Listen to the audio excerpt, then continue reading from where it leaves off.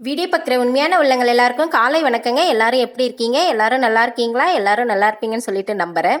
என்னடா அது அக்கா கதை சொல்லியே ரொம்ப நாள் ஆகுதே அப்படின்னு சொல்லிட்டு உங்களில் ஒரு சிலர் வருத்தப்படுற மாதிரியே இருக்குது எனக்கு.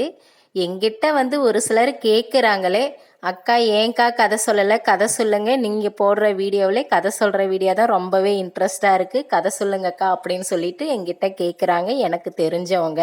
அதனால தான் இன்னைக்கு இந்த வீடியோவில் சின்னதாக ஒரு கதை சொல்லிடலாமே அப்படின்னு சொல்லிட்டு இந்த வீடியோவை ஸ்டார்ட் பண்ணியிருக்கேன். நம்மளுடைய வீடியோவை இப்போ தான் ஃபஸ்ட் டைம் பார்க்குறவங்களா இருந்தால் நம்மளுடைய சேனலை சப்ஸ்கிரைப் பண்ணி வச்சுக்கோங்க.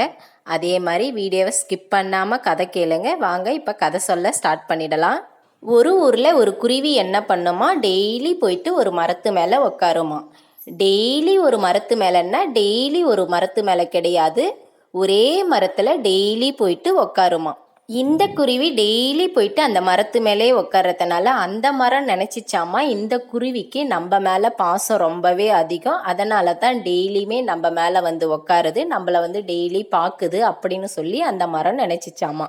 கொஞ்ச நாள் போனதுக்கப்புறம் பார்த்தீங்கன்னா இலையுதிர் காலம் வந்ததாமா. இலையுதிர் காலம் வந்ததும் அந்த மரத்தில் இருந்த இலையெல்லாம் உதிர்ந்து போச்சாமா. அந்த மரத்தில் இருக்க இலையெல்லாம் உதிர்ந்து போனதுக்கப்புறம் அந்த குருவிக்கு உட்கார்றதுக்கு நிழல் கிடைக்கலையாமா. அதனால் அந்த குருவி என்ன பண்ணிச்சா, அந்த மரத்தை விட்டு பக்கத்து மரத்தில் இலை இருக்க மரத்தில் போயிட்டு அது உட்கார ஆரம்பிச்சிடுச்சாமா.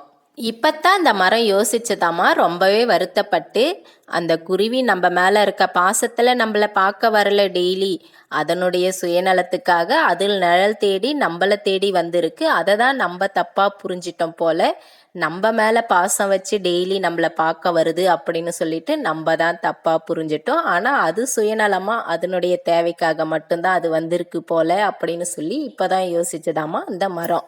இந்த மரத்துக்கிட்ட பழகிட்டோமே அப்படின்னு சொல்லிட்டு அந்த குருவி அதுக்குன்னு வெயில்லையாங்க இலையில்லா மரத்து மேலே உக்காந்துட்டு இருக்க முடியும். வந்த குருவியை தப்பாக நினச்சி நம்பினது அந்த மரத்துடைய தப்பு தானேங்க. ஆனால் பாருங்க, அந்த மரத்துடைய நிலமை தாங்க நமக்குமே.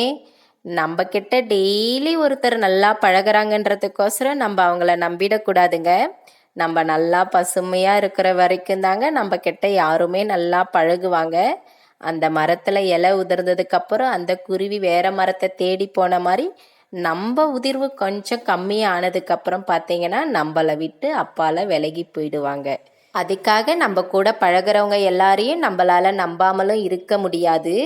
ஒருத்தர் அப்படி இருக்கிறாங்க அப்படிங்கிறதுக்காக நம்ம கூட பழகிறவங்க எல்லாரும் அதே மாதிரி இருப்பாங்க அப்படின்னு சொல்லிட்டு நம்ம தப்பு கணக்கு போடக்கூடாது. ஆனால் எவ்வளோதான் பழகினாலும் முழுசாக யாரையும் நம்பிடாதீங்க. அப்படியே என்னுடைய கதை எப்படி இருக்குன்னு சொல்லிட்டு என்னுடைய கமெண்ட் பாக்ஸில் ஒரு கமெண்ட் பண்ணிடுங்க. கதையை கொஞ்சம் நிதானமாக கேட்டு சிந்திச்சு பாருங்கள்.